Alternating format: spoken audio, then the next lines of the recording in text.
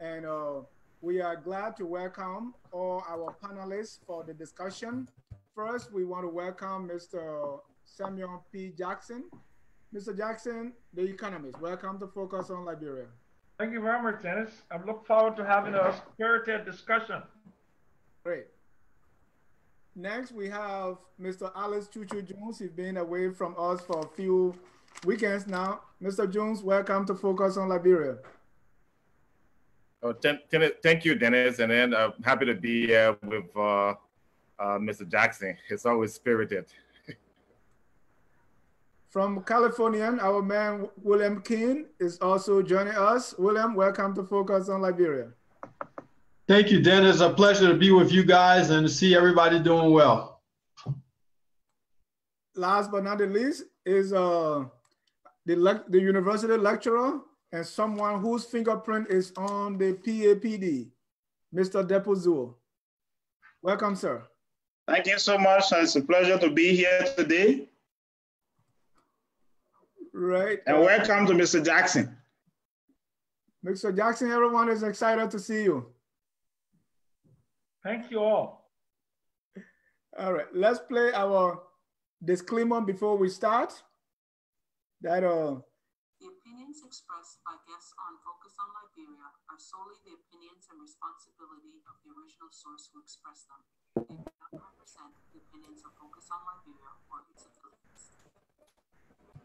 And I will pass it, before I even introduce the topic, I will pass it on to William to also give our disclaimer. We are not your financial advisors. So William. Yes, thank you everyone. Welcome to Focus on Liberia. Once again, the content is for informational purpose only. You should not construe any such information or other materials as legal, tax, investment, financial, or other advice. Nothing contained on our site or media constitutes a solicitation, recommendation, endorsement, or offer by Focus on Liberia or any third-party service provider to buy or sell any security or financial instruments in this or in any other jurisdiction in which such solicitation or offer would be unlawful under the security laws of such jurisdictions. We have more on this that I'll read a little bit later. Thank you. Thank you, William. Once again, ladies and gentlemen, I want to say welcome to Focus on Liberia rebroadcast. We come your way with the Business and Economic Forum every Saturday at 3 p.m. Eastern Time. William, can you stop the screen share? Tonight, this afternoon, our topic, we're going to be discussing the IMF program for Liberia, that is the International Monetary Fund. We want to delve into that, see briefly, see in depth what really, when we say the IMF, what we're talking about. They have a program or a package for Liberia. They are working along with our government. We want to delve into that, what that all means. But before we begin our topic for today, we want to have a little water cooler moment, maybe not so water cooler. It's about the printing of new money in Liberia. Whether the story is not 100%, they are saying the money was already there. That's the stories we're hearing, because of Representative Yeke Koluba displayed on camera that there were new banknotes that were in circulation that were not there before. The explanation is those banknotes have always been there. That's not new money printed, but there is a concern in the society, in the public, if new money, if there's new banknotes being printed that did not meet legislative approval. So I'm not clear on it. So I'm throwing out to the experts to discuss what we saw a few weeks ago concerning new banknotes in circulation in Liberia. Mr. Zhu, I think you heard that too. Yes, I did, and I also watched a video from Honorable Yeke Koluba. But for me, I won't be in a position to give my professional and candid opinion on this issue. One of the things that is happening there is that while it's true that you want to delineate the position of the legislature from that of the executive, at the same time, you want to also look at some political issue and the economic challenges that the country faces. there's something that we have to be careful of, and I said it in quiet to you, but let me just use this opportunity to say it, that sometimes the political position affects the monetary decision, in the sense that there are ways that you look at a precautionary measure that people take if there's the issue of DAO, some issue that is not supposed to be pronounced by the right authority, but it's coming out because of political statement. It also make investors and even money holders tend to take precaution and say, look, I'm no longer going to take my money into the financial system because there's no credibility. And it also will be compounded by speculation that, oh, this thing, there's a new money, this money is an old money, or somebody is printing money. These things are all the things that are also compounding the macroeconomic situation that is in Liberia. Having said that, one thing I want to say here is that I'm not too sure that the Central Bank of Liberia will have to print new money. The bank, according to the report, they receive money, and the bank has in reserve and not giving it to a banking institution to ensure that they reduce the money supply, the cash out. So if there's a situation where there's complete shortage of cash, which people will say liquidity, the bank can still go back and bring out money to infuse it into the system. So if they have done that, then that would be another way of responding. But what the bank did before was that there's a huge supply of money out there and not into the banking system. So they say, okay, but now we'll have to see how best to contract policy to bring in more money. And that's what they did before. So it's important for people who actually understand, especially so the banking committee of the also legislature, to address that issue, the individual coming up to say something that will also create doubt in the mind of the public and also exacerbate the situation for them. That's what I would want to say. Okay. Okay. Well, I have nothing to say on this matter because you know, I need more information. I did hear what the Honorable was speaking about this week. I saw the live video and everything like that. But other than that, you know, I'd rather not speak on that. Jackson, I know you like to speak on stuff. You will speak on this. I mean, not necessarily just to like to speak on stuff, but if it's substantive and, you know, it has implications for macro stability, one has to speak on it, you know. Look, we don't know what's going on, okay? And no one on this panel knows what's going on. So anything we say here is strictly guessing, right? I haven't heard from the central bank in terms of, you know, their reaction to Mr. Yeka Koluba's allegations that they printed money, you know. I mean, I just knew that a couple of months ago that there appears to be illiquidity within the banking system, right? And then all of a sudden you see new bank notes. So I'm hoping that the central bank authorities, like authorities, can provide some explanation on what's going on because, you know, you have to provide confidence for the public, yeah? So, you know, I just hope that they will say something officially on the record, you know, where that money was, whether it was involved, you know, or that was not in the money supply, it was, you know, some sort of a sterilization of excess liquidity or whatever, you know. So we just need to know what's going on, because none of us here, anything we say is just a pure guess. Yeah, and we don't want to be guessing. We say we'll get more information, but as it stands, we're not sure, and the information is not really forthcoming as to what is obtaining. Okay, we lost Alex. From what I could see on the picture, it did not look like new design money. It looked like the same design from the past. It did look new. That's all I could see, was that it looked new. But other than that, not that it was a new design. Yes, but equally so, whether it's a new design, one of the things there is that a statement made is clear that there might be additional printing, because there are two different things. The printing new banknote is different than printing additional note. It means that what happened accepted and approved before, going back to print additional ones. So these are things that I think is good the central bank speak on that. And I also think that this kind of a statement kind of create more panic into the system.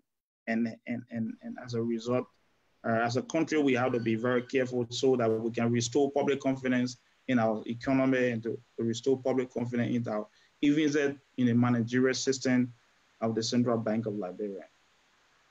Mr. Jones, are you there? Can you hear me?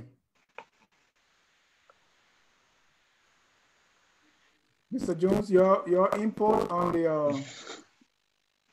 the new bills that we saw with Representative Yeke Koluba? But we're having some technical difficulties. Okay, Mr. Jones, can you hear me?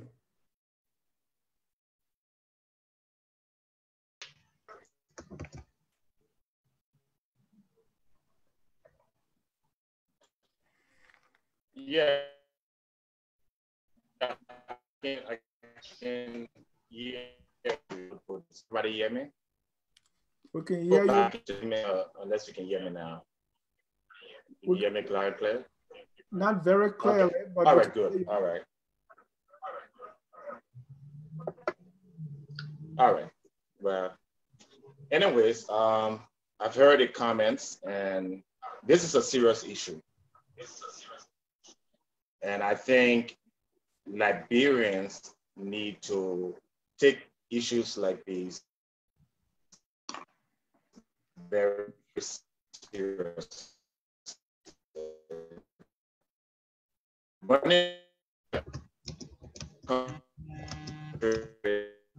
Mr. Jones, we can hear you. If you can call into the show, use your phone and call the numbers, the webinar ID and the participant ID, then we'll be able to hear you on the phone.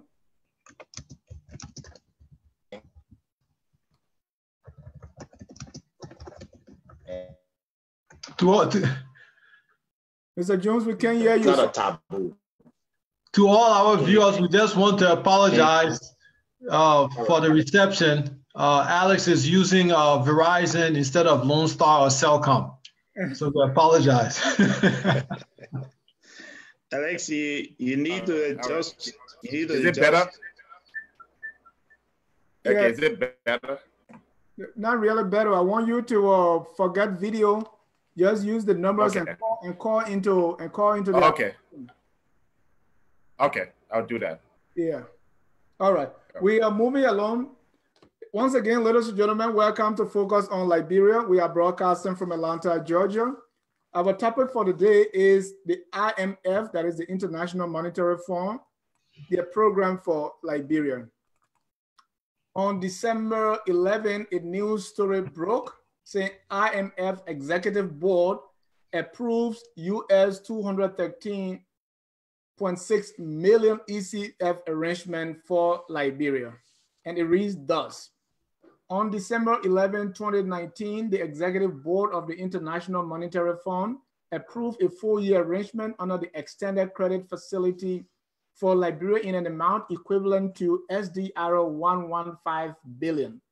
That is 60% of quota, or about $213.6 million US, to help the country restore macroeconomic stability, provide a foundation for sustainable growth, and addressing weaknesses in governance. That's the story we heard. And so our discussion today is on the IMF program to Liberia. Alex, are you clear now? Can we get you? You are on mute. Okay, I think I'm better now. I think it should be good going forward. Can everybody hear me loud and clearly? Yeah. Okay. I talked to my technical people. All right. So we're good to go. All right. It's not technology savvy. Yeah, right. Yeah, right. All right. Anyways, yeah. As I was saying earlier, running a country is a serious matter. It's not a matter of partisan or politics. And I think you guys know my distaste for politics in economics. The two are separate. And whenever I hear people try to mix the two, to try to support either economic decision or financial decision about the country because of in a political context, I think that's very, very disingenuous to peace, prosperity, growth, and all that kind of stuff. So let me just hit the nail on the head. Number one, we have a new central bank governor, okay? The central bank of Liberia is responsible for managing the economy, the currency, and all the macroeconomics activity. I think on this show, we was very concerned who this gentleman was because he was not very known in at least the economic circle of Liberia. You talked about, Nathaniel Barnes or Sam Jackson, at least people know them. They have a viewpoint. But here's a guy just came out of the woodwork. And the next thing, he's central bank governor. We haven't heard a press conference, at least you can educate me if I am wrong. We haven't seen a press release on his views, nothing. So before we even get to new printing of money, when you get a position as such, the first thing you do, you host a press conference and you lay out your policy and your activities going forward. So when you have a system run like this, like you run a junior varsity team, you're going to have problems like these. And it's going to be serious and it's going to get worse in Liberia. I mean, this is just the tip of the iceberg. We haven't seen economic collapse. I mean, you ask Zimbabwe, you go to Poland after World War II, even China, even the great United States in the 30s, the Great Depression was caused by bad central bank policy that began in 1922 up to 1929. So that trickled out into what it was for 15 years of Great Depression in America. We're not immune from those kinds of problems. If we don't manage our country well and we don't have the right people there, I'm sorry, we're going to suffer and people are going to suffer economically. My next point is that I think Mr. Zul mentioned, there's lack of liquidity in the country. And so the central bank has some reserve in some secret coffers that is not on a balance sheet, that only George Ria Samuel Tuwe and the central bank governor knows. And at a certain point, they can bring that into the economy. That's nonsense. Every money in M1, M2, M3 should be published in the central bank financial statement. There's no mystery about it. If I go to the Federal Reserve or any central bank, I should know exactly how much SDR they hold, what's the reserve, and what's the money available. When in Liberia, you say, well, we didn't know. If there's money that was kept in reserve account, what's the account, how much was kept there? So Liberians will start kidding themselves. This is a woke government with no understanding of how you conduct economic management. How did you describe the government again? A woke government, okay, that has no idea of how to manage an economy. And that's why they're suffering, because if you're talking about putting liquidity into the economy, when you already have 29% inflation, that does not make sense. The only thing you're gonna have is more inflation because you're bringing in more money. And I think the Honorable Jackson can speak more about that. So you have a problem with growth, you have a problem with lack of investment. You haven't solved that. You bring in money to pay people and so forth. It's just going to cause more problems. And then the fact that we're not hearing anything from our Honorable Central Bank Governor since he's been appointed, it bothers me. Like, it's just nonsense. This government. Ellis, we also have to be. We don't want to give information that is not official from the central bank. But we also want to, there should be a clarification here because the central bank, the new governor, first of all, has not been confirmed. So he cannot give any statement for now. His confirmation is ongoing. What is happening now, you have an officer in charge of the central bank. He should be in the position to address the issue instead of the new governor. So let me just make that clarification. Until the governor is confirmed, he cannot speak to any monetary policy issue because it's not yet an authority. That's the aspect. And the next thing that there is that we should also be looking at what I said earlier is that I think you kind of agree with me in the sense that economic issue, especially so economic policy, monetary policy, the independence of the central bank should actually be something that we want to consider carefully. That people mix the political issue with economic policy issue. And like that is all what we call a layman economist in the street. The guy will interpret it according to the way he understands it. So what is very much important is that it's always good, and thank God that the House of Legislature has decided to sanction, to invite the central bank to appear to actually give reason where they get the money from, how can the new money come out. So like that it will provide clarity on where they get the money from, all of these things. But it's also equally so important that lawmakers, what I'm saying here is that it's not an issue of opposition or partisanship or this and that. The issue here is that sometimes the way you present the case, get a new money. Yeah, there's a new money. Where is the new money coming from? Then that decision should actually be decision coming from what? The monetary authority. So that's my challenge and my fear I'm having for the public. If such a thing keep going on, people will tend to hold their money back. People, individuals who want to invest will hold back and everything. And the economy is already reached to a very terrible position right now as we are. There's no way that you can. So I guess I can respond to you and make one clarification. I'm not saying that this man has to kind of give official government central policy statements, but he's being nominated. He has to give an interview. He has to talk. That's part of the process to know how he can help the economy, what are going to be the things he's going to be implementing. That will restore some confidence.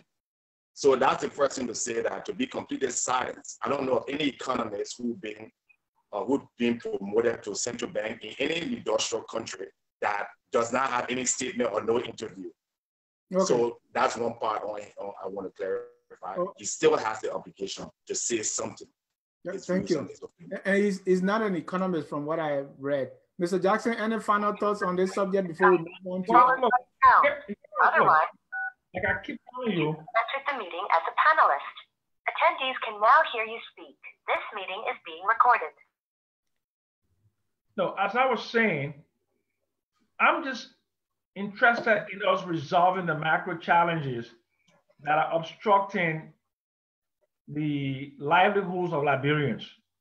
That's my number one, okay? And the banking system is in a big mess. It's in a big mess because of the historical problems associated with inefficient monetary management at the central bank. I mean, let's not even mince words about that. And also, gross incompetence at the central bank. For example, between 2016 and 2018, in their wisdom, okay, while the economic growth rate was hovering at about just 1%, they went and increased the money supply cumulatively by 77%. And I've been to Liberia. I was there for 4.5 months. I did a monetary aggregate study, and you saw that, Alex, right? I did 40 yes, I read it. I did 44 pages. I did a deep and analytical dive into the whole monetary sector. I spent about a month at Central Bank. I did not see any document, any concept note, any concept paper, any analysis that accompanied the infusion of such quantum amount of money. So I came to the conclusion that this was done in terms of the economic science behind it, the quantitative theory of money, that there's a close linear relationship between economic growth rate and money supply, okay? Price time, output, GDP, okay? And all of those other things that have to do. And the Pearson coefficient that I found out between the money supply and economic growth is just about 0.84%. So there's almost a 1-to-1. So if the money supply, if the economic growth rate goes by 1%, the money supply should increase almost by 1%. But because of other anomalies within the economy, Liberia is not a normal economy. In fact, it's totally abnormal for many, many reasons, including the fact that it is in fact, that's the only country I know that has a dual currency where two currencies, stand side by side, and a central bank doesn't have the ability to impact the supply of the largest component of the money supply. It's highly dollarized. Right now, the dollarization, you have about 69% US dollar in the M2 in the aggregate money supply and 31% Liberian dollars. But to add to that anomaly, you also have 95% of your Liberian dollars money within money circulation outside of the banking system, right? Why? Because of lack of what? Financial inclusion. Only 7% of adults in the country have bank accounts. So you look at other countries in terms of their financial architecture. You look at Kenya, for example. In Kenya, 93% of the population conduct business over mobile money. 50% of GDP is conducted over money. In Ghana, more than 50% of the adult population have bank accounts. So the Liberian economy has to be retooled. Unfortunately, for the 12 years of the democratic dispensation from 2006 to the end of 2017, where the greatest opportunity we had to do something about all of the anomalies within the economy and overcome many of the major factors like aggregate demand that was going to automatically decline because of the reduction in on-mail, and also the fact that the economy is very, very narrow. I mean, it consists of two primary commodity exports, rubber and iron ore. So we didn't do all of that. But let me finish. And there was a significant amount of money that came in to make things happen in terms of the quantum of OECD aid to Liberia, almost $10 billion, okay? And we received almost $800 million in support from the IMF between 2006 and 2017. Okay, but those problems weren't resolved, and we are stuck with these problems today. So we have to do something about them, okay? We have to be frantic, because when you impact livelihoods, it affects lives. I mean, real people are behind those figures, and 50% of the population living in extreme poverty. And when people can't get money from the bank, these are the things that cause sociopathy. In sociopathy, with people getting involved in illegal things, the whole economic architecture, something is seriously wrong with it. And one of the first things we have to do is to fix the monetary system. Right. And that's where I am. Thank you. And we're going to delve into that more when we talk about the IMF and all the things the IMF want us to put into place as a package. Okay, Mr. Jad, before we go to the main topic, I think the central bank also came out with a release on December 8th, clearly stating on its website that no new Liberian bank printed. And that clarification was made on December 8th. And it's clearly there. So let me just say that that's an authority now that I can use to say no new money was printed. And whatever that the bank you see out in the banking system, it means it's actually from the reserve of the bank. Right. And I'm especially so that it's given to a commercial bank, because he received the money from commercial bank and from a GT bank. So if you want to discuss that, it's not something that he saw in the street, but he went to a commercial bank and received it. Right. A commercial bank would not get money from outside, it might have come from a central bank. However, the CBL clarified that a consignment of US dollar was imported following assessment of the liquidity needs in the financial sector. Importation of banknote is a routine activity of the CBL, has a modus operandi of its monetary policy and actions and mandate. Something that we always see is when the government is reactionary, then things like this happen. I hope this information was kind of put out prior to the pandemonium that occurred as an aftermath of what Representative Koluba saw. But again, so the report really says that money was inputted, but people say the statement is that there was no money printed. So which one is which? Mr. Jones,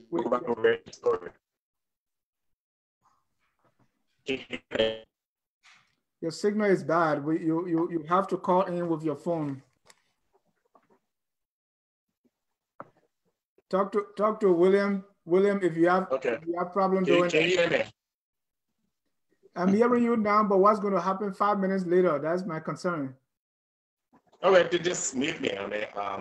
But I was just responding. You have mentioned that the statement you're reading says that the state get money from outside the country and it's part of their normal function. So Deborah was saying there's a statement which I haven't seen that says no new money was printed. So I'm just confused. Where did you get your information from? Where is he getting his information from? I'm having that on the screen. No new Liberian banknotes printed, CBL clarifies. Okay. That's December 8, 2019. The attention of the Central Bank of Liberia has been drawn to information circulating in the public alleging that the CBL has authorized the printing of new Liberian dollar banknotes, which have been imported into the country. There are also speculations that a consignment of Liberian dollars has been brought into the country. The CBL wishes to categorically, Liberian book people like categorically, categorically dispel this information and informs the public that the bank has not printed any Liberian dollar banknotes, least to say that a consignment of LD has been brought into the country. CBL is guided by conventional and statutory policies regarding the printing and importation of banknotes. And it went on and on. The last two paragraphs says, while the bank upholds the principles of transparency and accountability, the CBL wishes to further state that the importation of cash is not publicized, but rather subject to established reporting channels in existence at the bank. Finally, the CBL encourages the public to cautiously discuss monetary policy operations of the CBL in order to enhance credibility in the bank and promote confidence in the financial sector. As I was saying again, can I just respond to that? In 1 minute. Okay. Well, look, the CBL has no credibility. Let's face it. Okay. And until this new management go in, the chief executive officer, the executive governor goes in, and then he has to really clean house, And basically, if I were to meet him, I would demonstrate to him the depth of the depth of the problem of the CBS, okay? The dishonesty of the CBL. Okay. I'll just give you a very clear example. Every single report from the central bank, year in and year out, has been talking about the capital adequacy of the banks. The last annual report says the liquidity ratio was 41%, 25 percentage points over and above the requirement of the central bank, 15%. How come in 1 year, you see a complete unraveling of the financial system? So, I know I'm a banker, okay? My first job in my life was in banks. And I know for a fact that the examination process was compromised. It was compromised by the internal audit in the banks, by the bank examination from the central bank, and from the external auditors. Because there's no way you got 41% liquidity and capital adequacy ratio, and then in one reporting period, you have where you have similar capital impairment of the magnitude, where you have people cannot even get money from the banks. There's almost a zero liquidity. That is very troubling, and we need to really deal with that. We need to deal with that. These are issues that will always oh, Sam Jackson got too much mouth. He think he knows too much. But the new executive governor needs to go in there and he needs to clean house because there's a lot of maggots down in our central bank. A lot. And central bank topic is always full of juice, more things to discuss. Would it be very much important that as the issue comes on, we need to also get authority from the central bank? Realistically, from what Mr. Jackson is talking about, if you look at the report and the data and the reality, you will see that there are some variances besides the liquidity challenge we're having. That's one of the things. Let's go into the discussion, the topic for the day, then we will know why, first of all, we are going for why there's a protection now for the reserve. The report is talking about, the report is saying the reserve is liquid. Then time comes now, the reserve is completely down, and now they are coming in with SDR to make sure to protect the reserve. So these are things that we need to go. I think it's a very good, it's good information that we will have to be looking at immediately because it's so discouraging. And we need to look at it realistically from a professional point of view and tell the central bank, look, what are you doing? Because with all of the challenges, while it's true the fiscal arm is also having difficulties, but the monetary arm is the one that want to hold stuff because they have shorter lag. Any policy decision from central bank, it hit the economy immediately. So it's very much important. And I hope that we can go further into that conversation. No, just to add quickly, you gave an SDR, okay? Quantum XDR 155. Mr. Jackson. No, I think it's important. No, but we didn't get to that yet. No, because it's going to impact the management of the reserves. So let's the reserves. Well, hold on a second. The management of the reserves is with the central bank. So you got to have quality management in the central bank before you put additional reserves in there. That's what we're coming to. So it impacts it. We're coming to because this money is not physical cash. Yeah. No, it is not. The economy. It goes to reserves. And the management, Mr. Jackson. Reserves. Okay, to put that prudential management into this central bank without the cleansing, okay, without the cleansing, to me, it would be it would do a lot of injustice to the monetary architecture of the country. Okay, yeah, I want us to just lay the foundation before we get there because some of our audience they're not financially, they don't have that financial knowledge like me. So I want us to lay the foundation before we get to the SDR. So let's start on the basic level because the topic is the IMF program to Liberia, for Liberia. So let's start from what really is the IMF and what is their role and what has been the history of the IMF, working with Liberia. I think that's where we start from before we even get to the news that we just reported. What is this IMF? What do they do? And how have they been helping or hurting Liberia? Let's lay that foundation. Alex, you want to take a job at that? Yes. Yeah. Basically, all right, after World War II, all the financial systems and everything in Europe collapsed. Britain used to be the major economic center. And of course, Britain suffered massive destruction after World War II. So America was the only emerging power, and Japan was gone, Europe, Germany. So they had to figure a way to revive these economies, like including Germany and all the rest of the economies in Europe. So they came up at the British Wood, which is a conference that was held, and they invited all the leading power, including Liberia. Actually, Liberia is one of the few or only African country that was a part of the Bretton Woods Agreement in the early 1661 or so forth.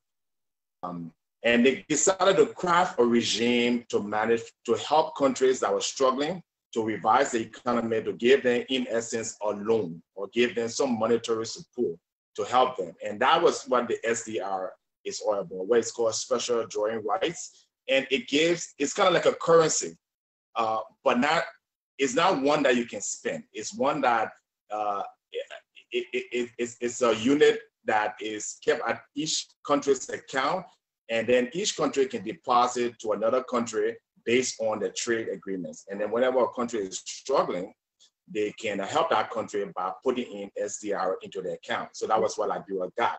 All right. Liberia is not, let me make it very clear. I see a lot of. No, before we get to the SDR, I wanted to talk about IMF first. What are they about? Okay. So IMF is there to stabilize this International Monetary Fund, as I was mentioning. After World War II, they set up the IMF Bank to help the economies of Europe. I think you heard about the Marshall's Plan, where they gave money to France and Germany and Belgium to help revise the industry. So that's where the IMF came. It came from the Bretton Woods Agreement that was held in America. You have people like John Maynard King, which was a British economist. You have Strong from the US Treasury, and they crafted this agreement to set up this organization that would be more like the bank of the world. Okay, good. Yeah. So it's a central bank's bank, the IMF. So let's talk about the history. How has this bank, or this bank, central bank, meaning the IMF, how has it been working with Liberia? What has been the history? And any of you can take that out. Okay, look, the Bretton Woods institution was meant to regulate the relationship, okay? Not regulate per se, but to really improve the relationship between nations, okay? Because we're talking about a tradable sector, okay? The external sector, right? So the whole thing of foreign exchange, okay, because each country has a currency, okay, and the international trading. So with the collapse of the international system because of World War II and the diminution of economic output, the international system needed institutions, okay, that would support economic recovery post World War II. So Bretton Woods was a town, I think it was in New Hampshire or Maine. New Hampshire, yeah. Okay, New Hampshire. They got together. The international system got together, and they developed two institutions. The IMF strictly for support to the international external system, which is the what? The international monetary. Yeah, which is basically your exchange rate regulation and also your reserves. Okay. The World Bank is designed to support development. So you have different components of the World Bank, the IDA, the IFC, and what they do is all these institutions are called Bretton Woods institutions, but they are part of the larger mix of institutions called development finance institutions, like the African Development Bank, etc. Okay, the Arab Development Bank. So development banking is extremely important because you need a conduit to intermediate economic growth. So banks intermediate economic growth. So Liberia's relationship with this is from the origin of these institutions. And they've supported Liberia significantly over the years. Just from 2006 to 2017, more than $840 million came in direct support to the Liberian government, either in the multilateral debt relief initiative, which is called the HIPIC, okay, and also some support and I have the figures right here, okay. Let me just give you these figures, okay. Let me give you the figures, okay. Starting with 2000 and I think it's 2010, right? 2010, we received $840 million in multilateral debt relief, okay? It's a combination of the HIPIC and the administrative account, okay? 664 and 172.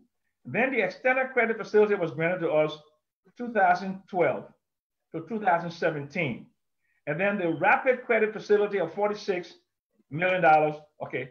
But I'm giving you the actual figure. I'm not giving you the SDR because it's important for people to understand that the SDR is a unit, and it is a unit with 4 currencies in there, okay?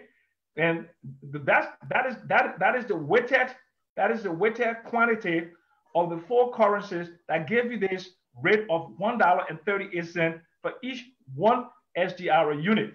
So Liberia is getting 155 million special drawing rights. When you use the rate of $1.38, that gives you $213.9 million. That is spread over a period of 4 years. So you're going to be getting about $54 million. And that goes to your what? It goes to your gross foreign exchange reserves. Why do you want money into your foreign exchange reserves? There is a prudential guideline we economists demand. It is the number of months of input cover you need to have in your reserve. Okay? You need at least 3 months of input cover. So what is the total input bill for Liberia? Between 2016 and now, it's been averaging between $1 billion to $1.2 billion. So technically, you should have about 300 million in your net foreign exchange reserve.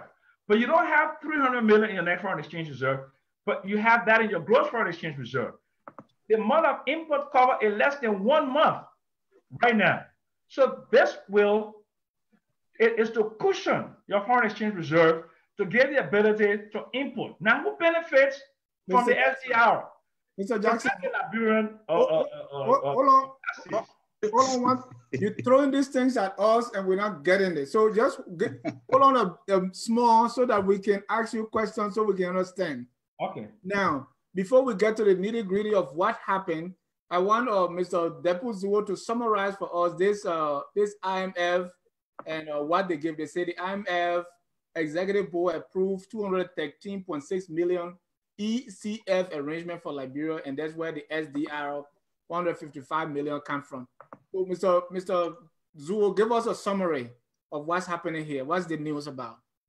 Okay, first of all, let me say that from Mr. Jackson and Eric's discussion, the Bretton Woods institution, the intention was very clear for us to help the world, especially so countries that actually were affected by the World War II. Equally, so it was also an opportunity for countries that were growing up, developing, to see the opportunity to access, financing opportunity for their development. And Liberia, as a founding member, I think we also benefited, and not only from 2010, but in the past, Liberia have benefited immensely. What is the challenge now to the question that you asked is that realistically, from the picture that you see in the Central Bank of Liberia report that, okay, we have our reserve this amount, in realistic point of view, it is not there. The reserve have been reduced. So the essence of this is to say, let's go back to the fund for new program. And the government of Liberia had engaged the IMF to go through a program. But before doing that, there are challenges in there. There's no money, like Mrs. Jackson said. What is very much important is a country should have a minimum of 3 months in its reserve to ensure that other investors or traders in the country can can import goods. They will need currency from that country. So if you don't have that, this exercise is also intended to protect, the central bank reserve to ensure that we actually meet the minimum requirement so that it appears that we have money in our reserve so that people can transact. Break down for me, what is this reserve? When you say reserve, money. It means that, okay, this is, let me say, okay, let's look at central bank like this. Mm-hmm. Central bank is you have a family, you have a father who responsible to work and bring in the money, and mommy is in the house to keep the money and make sure that she informed daddy about how much they will use for food, how much they will use for this. And mommy can also use the money to say we are crediting somebody so that the money can have interest over it. Okay. So what they do is that if they do their monthly expenditure in a home, at the end of the day, there's still one extra that is left for the house. And at the same time, extra money that is left because she had given money out to people to pay, buy, and other things, and somebody want to buy something, the children want to buy something. So whatever that is there is that she is more like someone who is a custodian. Yeah. You understand? Yeah. So the central bank, in the simplest way to say, central bank is the one that manages a country money. So what the central bank usually does is to make sure that they have money. If the taxes are being given to government, the government taxes is paid directly to the central bank. Central bank also use that to actually do transaction across the border. People who actually borrow money to go and buy other countries, there to be exchange transaction, exchange rate transaction also going on. So whatever profit that comes, it goes into what we call our reserve. So government is sometimes considering this money as a money that is intended for the use of the country, but it has to be done separately. That's why they say independence of the central bank. It is not the government own money, but it's actually, they are the one who manages how much money will be needed. Private sector, what they need, all of these things. So transaction that's going on, they are the one that control that money.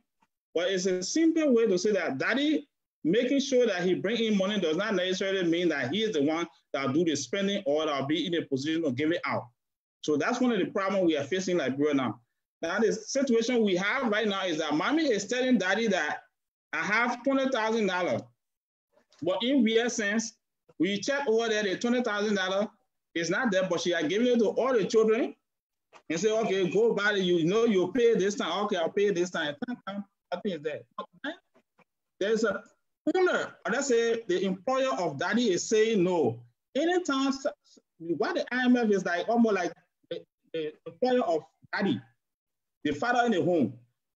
If there's no money in the system, I will be giving you a paper to show that you have money there that you can use to go to other people and say, look, I got money here. That is what we call the SCR there. To show to the people that, yes, this man has money. We can give him this paper here. He will pay for it, but there's money here to show that he owns so and so amount. That is what we call the SDR. From today, Liberians, what we're receiving from the risks about it is that because we don't have any money and IMF is bringing this money, just the interest alone on that paper that they're giving us to show that we have money in our reserve so that we can interact with the rest of the world, it costs us money. Thank you very much. Okay, Mr. Yabos, well, thank you very much. And I just want to add on, if you don't mind, okay? Yeah. Okay, basically, the foreign exchange reserve are literally earnings from exports. Okay, in the international financial system, you have imports and you have exports. Okay, the more you export, the more you what? You earn foreign currency, and a portion of that goes into your reserve. So the reserve, the global reserve currency today is what? The US dollar. You need to have US dollars outside of your own banking system to do what? To pay for your imports coming in. Because in international transactions, for example, you want to buy rice, right?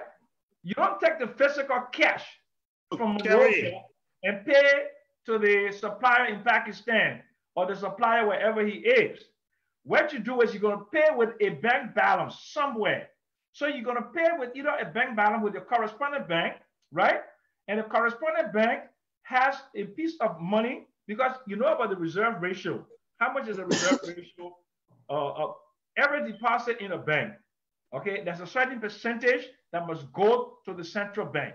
So the central bank manages our money and it ensures the ones that are offshore are enough to do what? Replenish the stocks of inventory because we have an import-dependent economy.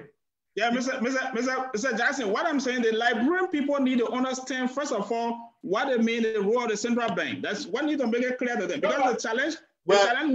Zuo. I'm not challenging your explanation. No, yeah, I'm just basically, I'm augmenting your explanation. Correct. I'm not disagreeing with what you're saying, okay?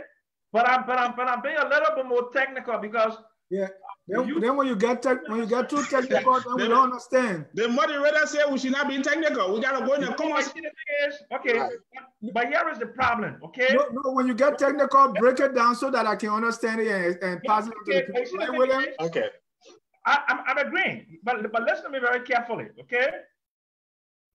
When we have a program like this, okay.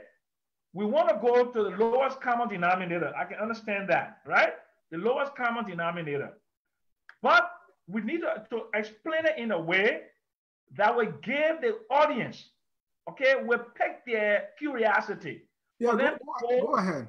For them to go and do a deeper dive, because there's no way, for the purpose of this program, we'll be able to explain what an SDR is and what a foreign exchange reserve, because it took me a long time, even as a banker and an economist, a long time to get it set in my brains how the system works. Because it's a very complicated system. Right. It's a very complicated. Very complicated. So to try to bring it down to the lowest common denominator, there can be something lost in translation. And I don't want that to be lost in translation. I want people to understand that foreign exchange reserve consists of money that we keep. And most of that money was kept at the Federal Reserve Bank. They hold our reserves, right? Yes. And we use that to what? To pay for imports. That's the simplest explanation. Okay. And that's the explanation that you provided about the mother and child in the house, Mr. Yakov, and I really appreciate that. But I just wanted to go just a little bit up the ladder, just a little bit more for other people who are listening to get a clear understanding and to pick that curiosity for them to go and study these matters and understand these matters. All right. So that's the story. And William, please help me so that we can hold these economists and financial people so that they can speak to the language that I understand. Okay? So here is the thing. Because Mr. Zuo, you mentioned already that this is not free. And so I want Mr. Jones to come into, this is not free. There are conditions. So one of the things, what really prompted them to give us this FDR or this fake money? That's how I want to call it. Because what made them do it? Okay, one of the things that there is that the government of Liberia. Hold on, Mr. Zuo. Oh, Alex sorry. is talking, but we can't hear him. Alex, are you muted? I can hear you.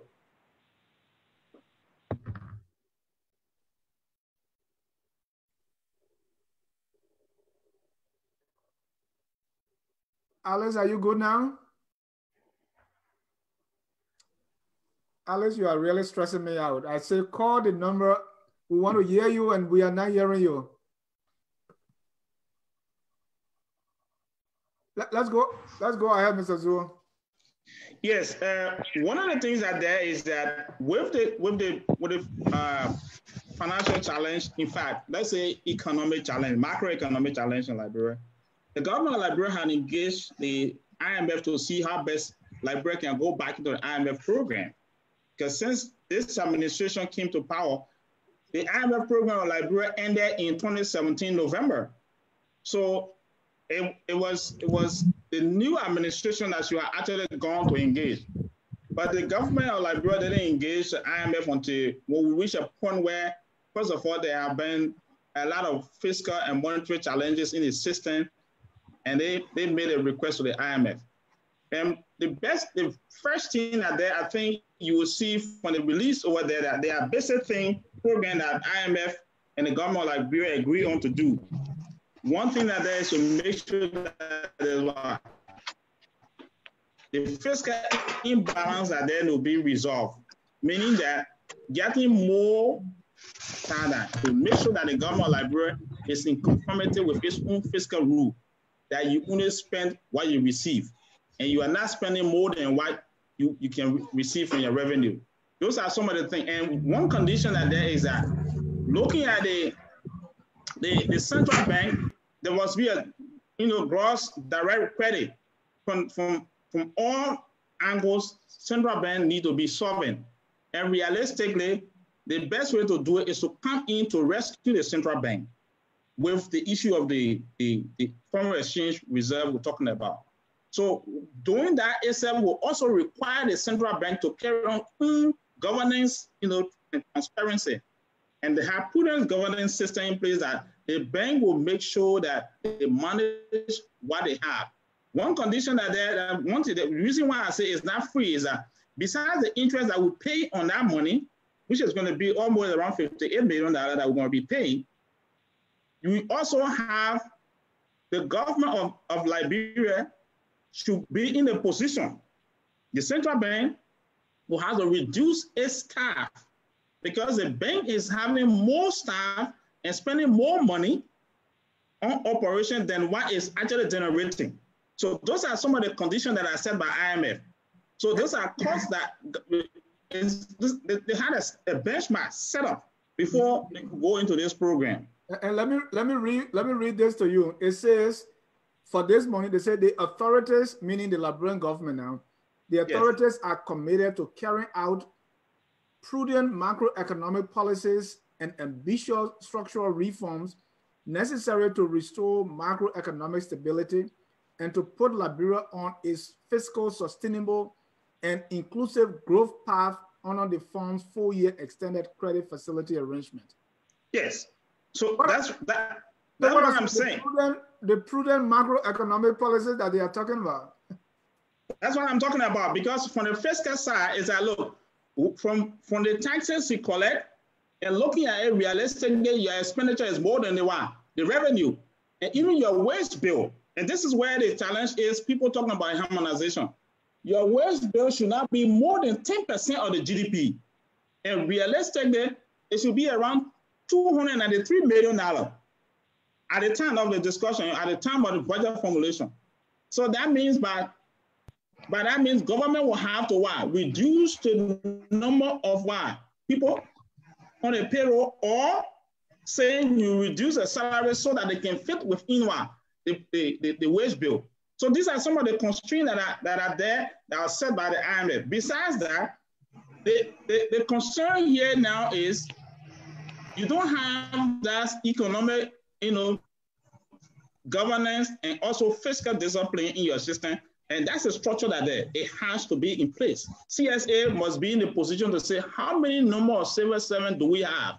And these people should usually be fingerprinted, that it can be in the system before it is recognized. If you have a new recruitment going on, no, do not hire new employee. So those are some of the things, those are some of the costs that the government will have to pay for this decision. Mr. Jackson, here are other conditions from the release. Let me read. It says, ensuring financial sector stability is an important element of the program. Improving data reporting, obtaining an overview of the health of the banking system, and taking decisive measures as needed will help identify and address financial sector vulnerabilities. At the same time, enhancing the legal framework is important to ensure that the CBL has the required instruments should remediation be necessary. Those conditions are tough. I don't know if we can meet them. Government is not to borrow from central bank. That's a simple thing that's saying. That government should not be lending to central bank any longer. I mean, central bank should not be lending to government any longer. That if today the government cannot meet up with its revenue quota to pay civil servants or to pay people central bank credit. And that's one of the problems that have been, we're talking about that those are the tightening the financial institutions talking about that. So that at the end of the day, you should be working within the confines of what is available. Mm-hmm. Mr. Jackson? Thank you very much. The IMF has to put conditionalities. And the reason why they put conditionalities is that you will not need the IMF if you have been engaging in fiscal responsibility in the first place. So Liberia had a loosened fiscal stance. It means that it was spending more money than was coming in as revenue, right? Because of the on-made drawdown and because of the reduction in aggregate demand and the lack of growth in the economy. So because of the budget shortfall, the government was using a loosened fiscal stance by depleting the reserves at the central bank by borrowing from the central bank in terms of overdrafts. So the IMF is now saying you must tighten your fiscal stance. It means that your revenues should be equal to your expenditure. One of the things that made the expenditure rise so precipitously is that between 2010 and 2017, the wage bill rose as about the highest in terms of public wage bill to GDP in the whole of West Africa. There were almost 30,000 additional people were put on that wage bill. So the wage bill went up to almost $300 million. and it was consuming 66% of recurrent expenditure. So because of that, that thing is not sustainable. So you have limited space, fiscal space. Then the other thing that was happening again, and I keep explaining to you all, is the high inflation. So the primary responsibility of a central bank is to preserve the value of the currency, because money is a store of value. So the government, the central bank, has tools at its disposal. In Liberia, we have limited tools, but we have two major tools at our disposal for intervention in a monetary system. We can use what they call the reserve ratio, right? If you increase the reserve ratio, right, you're taking liquidity from the banking system. And if you do the opposite, you're putting liquidity in the banking system. One of the other things they came up with is T-bills and T-bonds, like with the Federal Reserve, the open market system, where if the Federal Reserve wants to infuse money into the financial system, what it will do, it will buy treasury bills back from the system and will do the opposite. So what the IMF is saying is that Liberia should be reforming its economic system. So okay, spend within your budget, okay? Make sure that a central bank has the tools, okay? And then they're using tools now like standing deposit facility and standing credit facility. And I think it was last month that when they, I think, reduced the reserve ratio. So now, since 2006, okay, with the interim poverty reduction strategy and the PRS that was written as a requirement for HIPIC, don't forget, this is not the first time Liberia has used the IMF and the World Bank. We owe the multilateral institutions $4.5 billion. So there was this debt overhang.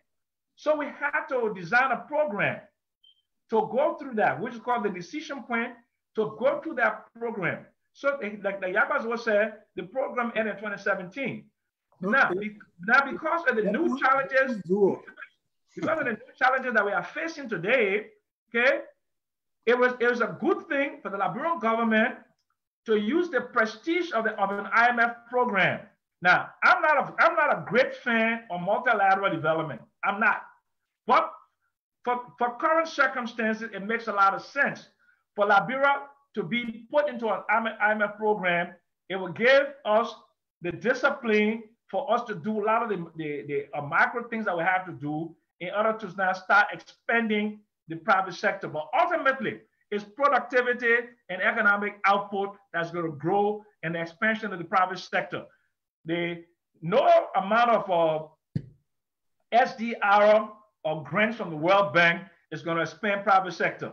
It is the expansion of the private sector by the discipline and improving the enabling environment. And the IMF talks about governance. You have to improve governance. The governance indices have gone down significantly. For example, the World Bank Doing Business Survey has gone down. The Mo Ibrahim, Transparency International, we have to start. We didn't meet the MCC.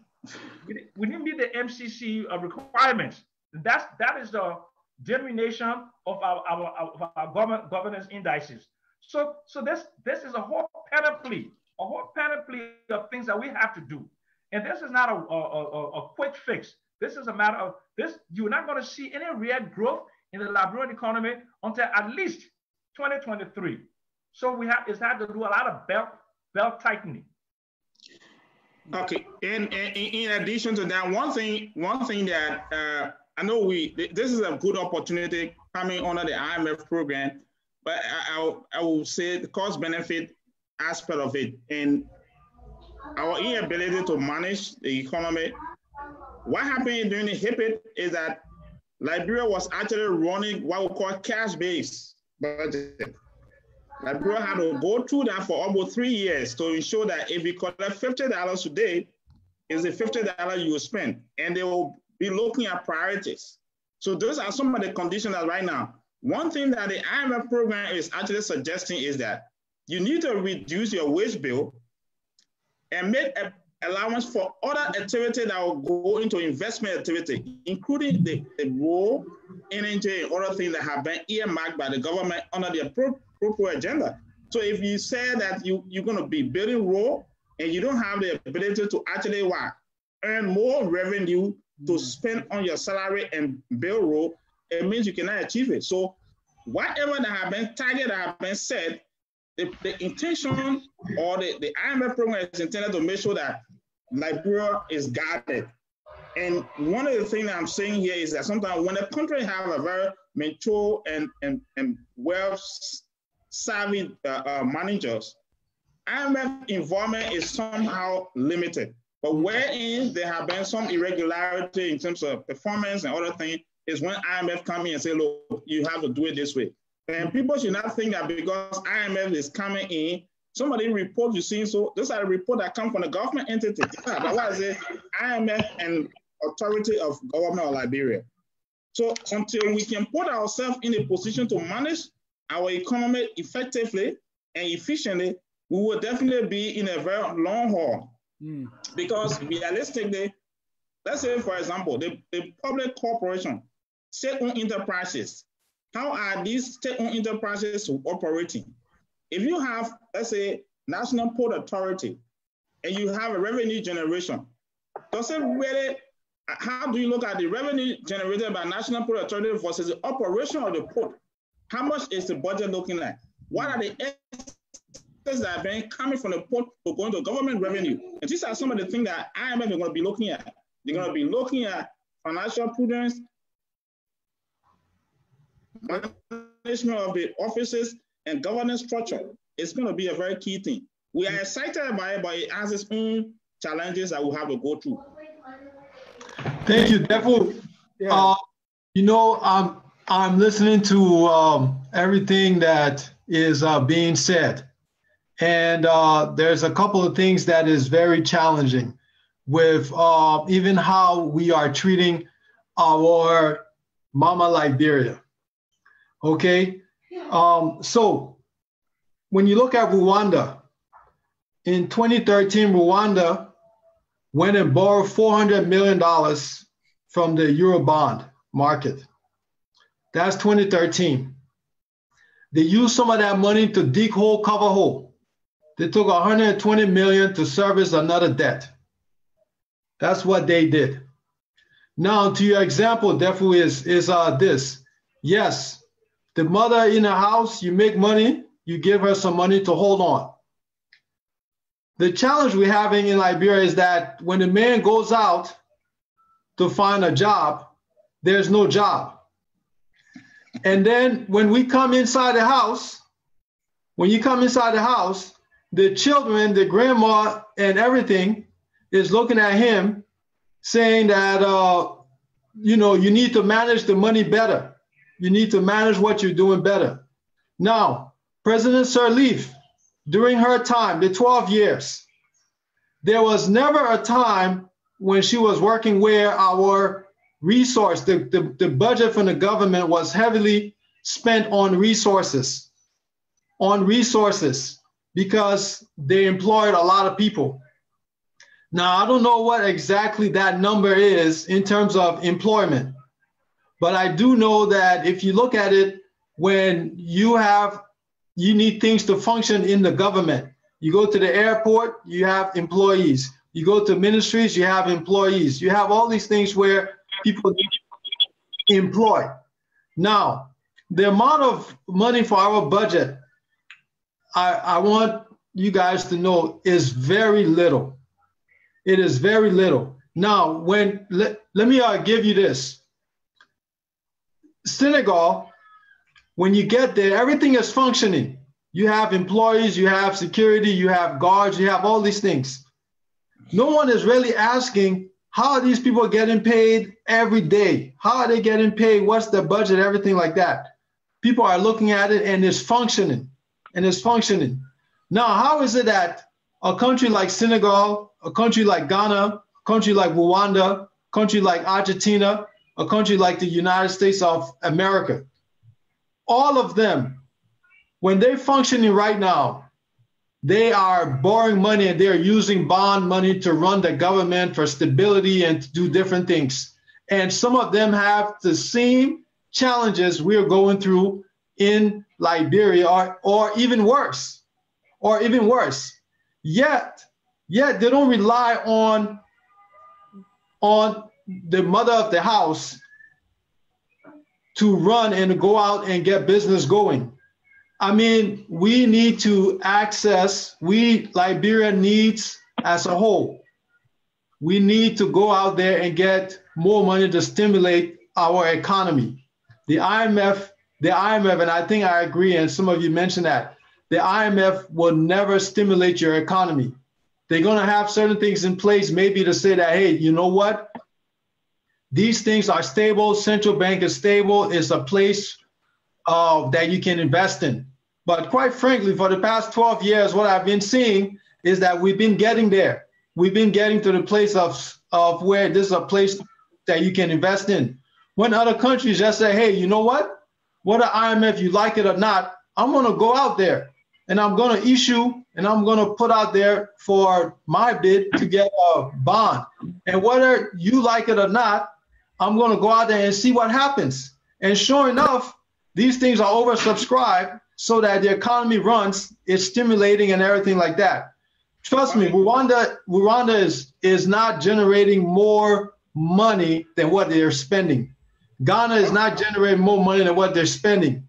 Argentina is right now in an economic disaster to the point where they even have the nerve to blame the central bank after they blame IMF after they wasted $57 billion in money. But our narrative for our Liberia, we don't seem to get it right. We seem to think that we are just the complete worst. And no, we are not. These things are internal issues. The central bank things that you're talking about, that you're speaking of, they are important. They're very relevant. They're very important. They're very relevant. But until we step out there with our policies and what we have and so forth, I mean, this IMF thing is going to choke people. It's not going to put people on the ground. Thoughts? Thank you very much. My thought is good. Hold on, Depo. Let me see if Alex is available now. Yeah, I can hear you guys clearly. Again, I apologize for the bad reception. But yeah, I'm following along, and I just want to make a clarification before the question you asked earlier. It's not correct that these countries that you mentioned are spending less than they make. I don't know any country in the world that is able to remain within the budget what they spend, including the United States, Britain, France, Japan. So it's not correct. That's completely erroneous information. Every country has, except maybe for Norway or Singapore, which are managed very well, and they have a lot of commercial activities and exports. Most countries, or almost every country in the world, cannot live on what they make. That's why you say trade deficit and fiscal deficit. America is the biggest. America has almost, I think, $1.5 trillion of deficit every year. So the question with Liberia is not so much that it's spending more money than they're making. It's just they just don't have any economic structure. Like they don't have bonds. They don't have a stock market. They don't have a means of financing their economic activity. The people who are there don't understand what that means. And you asked the question earlier about the IMF and what do Liberian people know about the IMF. My question is, what do the government know about the IMF? What do our economic team know about the IMF? So no, our problem isn't that we're spending more money. What the IMF is doing in Liberia is completely nonsense, to be honest with you. Because there are many countries, all right, that have huge deficits every year, that their foreign the trade deficits, the physical deficit, including Ghana. Ghana is running over $150 million in deficit every year. I can attest to that. But they're taking advantage of Liberia because of idiocy, because the country, the financial people there don't understand, they don't know how to negotiate. And the question that Dennis asked before I went off, why would the IMF be doing this? For business interests. Firestone has to send their rubber abroad. They're not doing it for Liberian corporations, they have to support in some small way so that these mining companies in Liberia can continue to conduct business, continue to trade. They're not doing it to grow the economy, like I think William just said. They have to keep the party going to an extent where it benefits Western companies, a huge multinational corporations, but it does not benefit the government. And because the government itself doesn't know what to do. So I think that's my take on the whole issue with Liberian biophysical mining. Let me just come in, sir. Thank you very much, Alex. You made a very good point, and I think we need to expand on that. Okay, the reason why Liberia has to stay within its budget because it has been, it has not been disciplined. Okay, but the more important reason why Liberia has to stay within its spending limits is that Liberia's financial system is not integrated into the global financial system.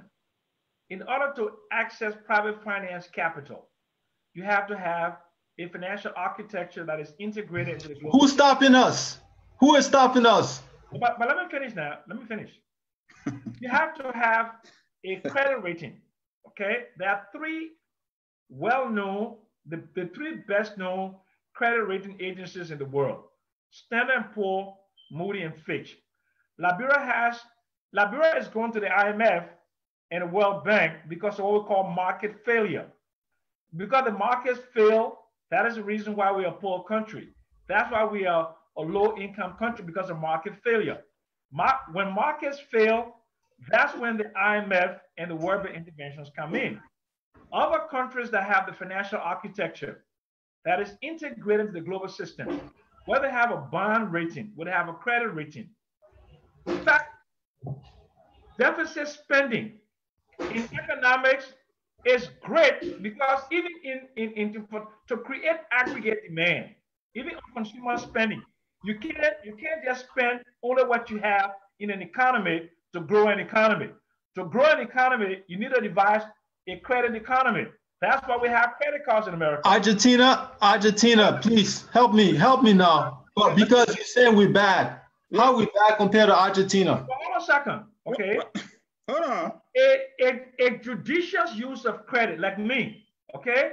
Not because Discover gives me a line of credit of $15,000, I'm gonna go crazy and go ahead and exhaust the whole line of credit. Because what I would do for my FICO score, my Fair Asset Credit Organization score, is gonna bring it down. Countries are the same thing like a household. You have to spend, okay, within your limit, and if you're gonna go and acquire credit, you must have a repayment plan. Liberia needs to develop a financial architecture, and that financial architecture will allow Liberia to access private finance capital. No country on the planet has ever developed its people and having shared prosperity and sustainable development just on the multilateral system. The multilateral system is used as a what? As a stopgap measure because of market failures. Korea advanced beyond that. Malaysia, other countries beyond that. Botswana and other countries advanced. But that is a stepping stone. But Liberia, for the last 17 years of its post-war dispensation, has totally and exclusively relied upon the international multilateral system to help its economy. There's been no real efforts in expanding the private sector. There's been no real effort in doing things like attracting private finance capital. So that is where we are. So the question is now, okay, we're in an IMF program, thank God. But what is it that we are going to do to expand the economy, okay, to multiply output, to diversify output, to create an enabling environment for domestic capital formation and the attraction of foreign direct investments? Those are the things that this is what I'm saying. Okay. So let's it's on that note that we're going to go in that direction now. Now we have examined the IMF policy. Mr. Depu, you want to come in? Yeah, I think there have been some comment, and I just wanted to you see, people are more concerned about why you say that talking about the wage bill. I know it will be difficult for us to live within the confines of our revenue as a growth strategy, as the only means we need to invest and also go out there. The private sector growth is a key thing. But it's something about 12 years, which I want to clarify, which I won't be hiding myself, and I contributed in a sense that, you know, one of the things that making us today to subscribe to IMF is that how you manage your budget. You know, you're talking about the 12 years. One of the things that Madam Salif government did was that there were a lot of recruitment in government from the interim government, and almost a civil servant payroll was blocked. So what they did was to do a reduction and started recruiting people. In fact, as a matter of fact, the whole civil service recruitment was frozen for years, even up to 2017. And you only do replacement. That is, if someone happened to resign and travel, you replace that employee. If someone happened to die, you replace that person. So that itself was something to contain the budget, the wage bill. But the challenge that this current administration did was that taking over, decided to say, okay, why is the organic structure up? So everyone tend to recruit more people than the ministry capacity could take. And you look at economically speaking, the additional labor in terms of productivity, how much, you know, impact will this individual make on the production is one thing. And where, especially in the public sector, there's no return on the physical capital product that you'll see and say, this guy has produced 1 bag of water since his employment is useless. So there's no need for us to recruit more people into the public sector. All we need to do is to see to reduce the employment in the public sector and find opportunity, investment opportunity, and look at some of the major sectors, for example, agriculture, and say now we are going to be going to, let's say, cassava production, and provide opportunity where people, cassava producers will have opportunity to have financial access to expand growth instead of focusing more on public employment. So that's why. Well, I disagree. Mr. Zua, I respectfully disagree with that. If you disagree, let me say this to you. If you disagree, I'm speaking from experience. But what I'm saying here is that one of the things that the IMF is stressing now is that you already owe some country. We owe some debt. And the payment of these debts are something that if we don't control our expenditure, we might not pay on the debt. So the interest will also accrue and increase. At the end of the day, you have another generation that will be inheriting huge sum of debt. Okay. And that's why I disagree. That's why I disagree with, again, a lot of people have not studied the IMF, the structural adjustment programs, because dating back all the way to the 80s. I'm not supporting and IMF. People who have, hold on. And people, let me just say something. I'm not letting you to understand, listen to me. I'm not saying our best option is the only, this is the reason why I'm saying our last resort. If we have actually been prudent financially, but the government don't want to actually manage it, there are a lot of opportunity. But if you reach a point where you cannot afford, someone have to come in to rescue. And this is almost like a rescue program. It's not something that you say is nonsense and like you're describing it. It's not nonsense. And that I can agree with. Yes.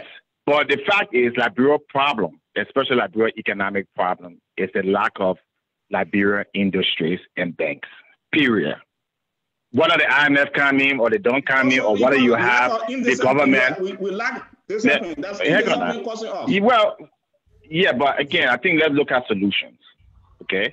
Because everybody knows the problem, and everybody knows Liberia is, bad shape and, all that kind of stuff. But what are some of the solutions? If we were to solve this problem today, how can we solve this problem? If a new government were to come, I don't think the problem is government payroll or wage bill. A $300 million wage bill is nothing. I think it's like the smallest in the world.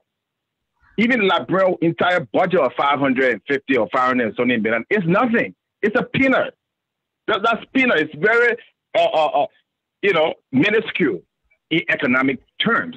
So the problem isn't any government in Liberia, or including this one, is spending more money on hiring people. You have to hire people in order to even keep the 1% growth. So if the government were to go and leave half of the staff off today and follow the IMF program, you know what will happen in Liberia? The growth will even slow further. So the problem isn't that. The problem is I would feel, just give me one more minute, okay? The problem, we always like to have this knee-jerk reaction. By the time something happens, instead of investigating, I think back all the way in July, Liberians need to get people together, Liberians who have the economic, the financial, the accounting to study the problem. That's the one thing I've said that no government in Liberia, including this one, have done. Because at one point, when you have an inflation, your only reaction is, oh, let's go big for money, or let's bring foreign investment. Foreign investment is what have caused Liberian poverty. The Lamco, the Firestone, and the very thing that we're trying to help us is what's causing. What happened to Liberian banks? Every country in the world, the government is the largest employer, including the one we're in here today. Why Singapore government is the largest employer or Ghana largest employer?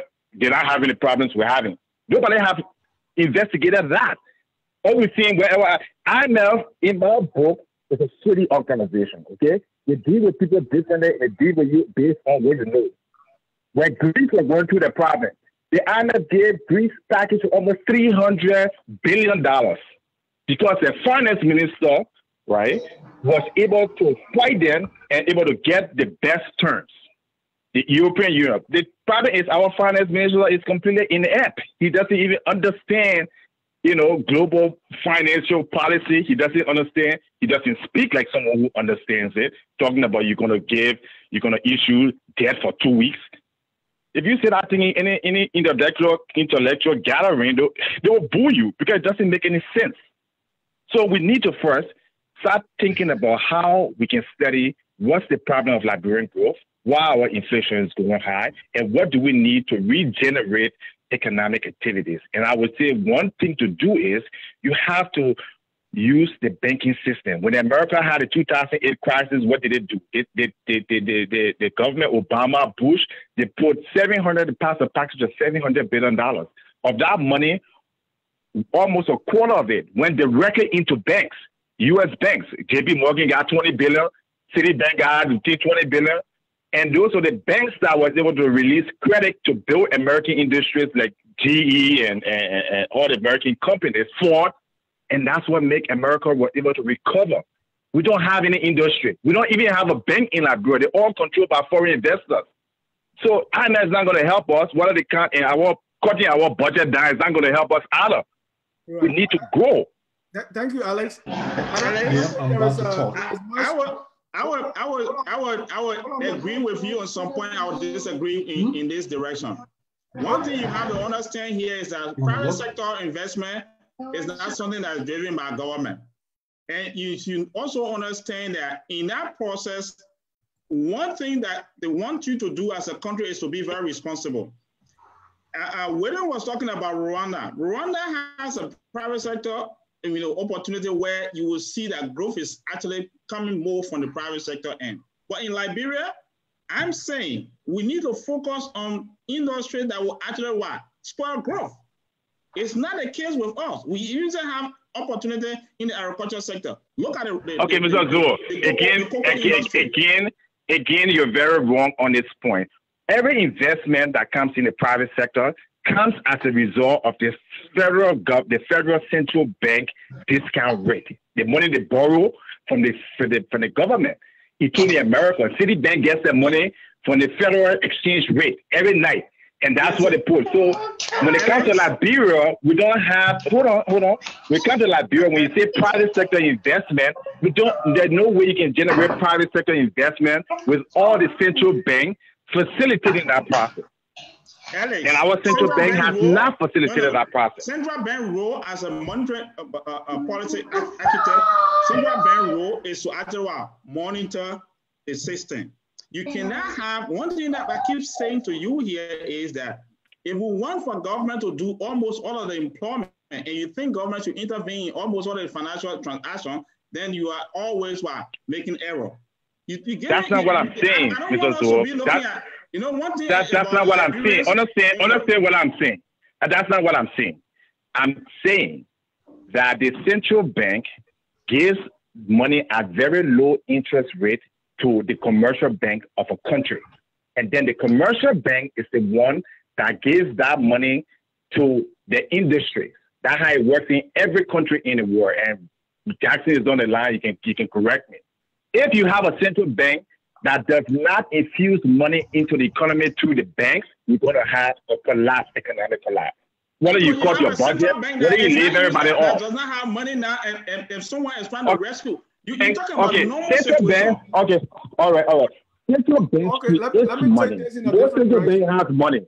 Central bank creates it on a thin air. That's why it's done in every country, including Japan, including America, including Norway. So the problem in Liberia is we don't have the people with the knowledge, the financial, and the economic experience to know how to manage a central bank. But central bank does not have, the Federal Reserve does not have money laying around to give to Citibank or JP Morgan. They create that digitally. And they put that in the account of these banks at what? At 1% or 0.5% interest rate. That's the money that you go when you go buy a car and Citibank gives you a loan. That's coming from the U.S. Federal Reserve loans that they give to those banks. So Liberia needs to do the same thing. That's what Ghana and Rwanda have started doing. Up until recently, all these countries were naive. They thought that they had to go to the IMF to generate money.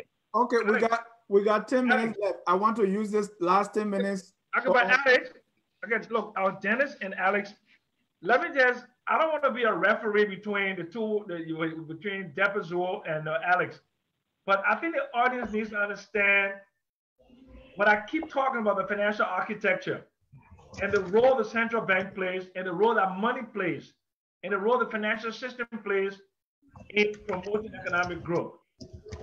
So Alex is right that banks, that a central bank creates money out of thin air. That's what they call fiat currency. And also they gain income from that, from doing that. It's called seigniorage income. But there are technical reasons and on technical conditions and technical circumstances. A central bank in the midst of when we have excess money supply, excess liquidity in the money supply in Liberia, that central bank cannot just go and create money and provide credits to the financial system because it will be fueling inflation and reducing purchasing power. But when you see contraction in the economy, like we had with the almost near collapse of the financial system in 2008 and 2009, it is the central bank that can do something we call quantitative easing. One of the things, the reason why the Great Depression lasted as long as it did, because we did not do quantitative easing. So this time, Ben Bernanke and the people that control the financial system at that time were determined that the collapse or the near collapse of the financial system was not going to result into a sustained depression. So they spent their way out of that crisis. Liberia does not have the capacity. Money is based upon the full faith and credit of the issuer. Liberia system, we don't have enough output. The real GDP is about $900 million. The entire banking system in the country, the 9 banks and now the 3 branches, total asset of only $701 million. So we don't have the capacity. We need to grow the capacity. We need to expand the private sector. When you expand growth, when you expand productivity, you create more income, and that income is money, and then more value.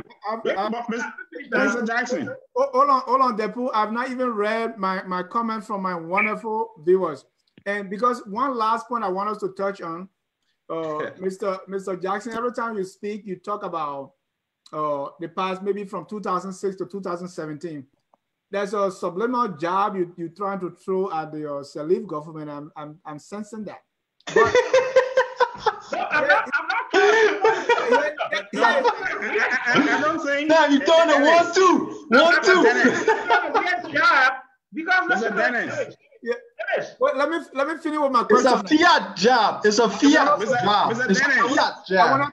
I want Mr. Depu, hold on. I wanted to discuss this because I remember when we interviewed Dr. George Gompu 2 years ago, we talked about this special drawing rights. Because what people normally say in this economic thing is the problem was caused by the Ellen Salif administration. In other words, she kind of depleted the reserve. These are things that people are saying. So I want us to, as we talk about this, because the idea of the special drawing right is not just, the IMF has not just happened. The Sirleaf administration, from what I learned, borrowed against. So when this current administration came, there was already a hole, and it has been very difficult to fill it. So let's talk within that limit as to what, how much of this can be blamed with a small b, on the past administration, or if this was actually inherited. I think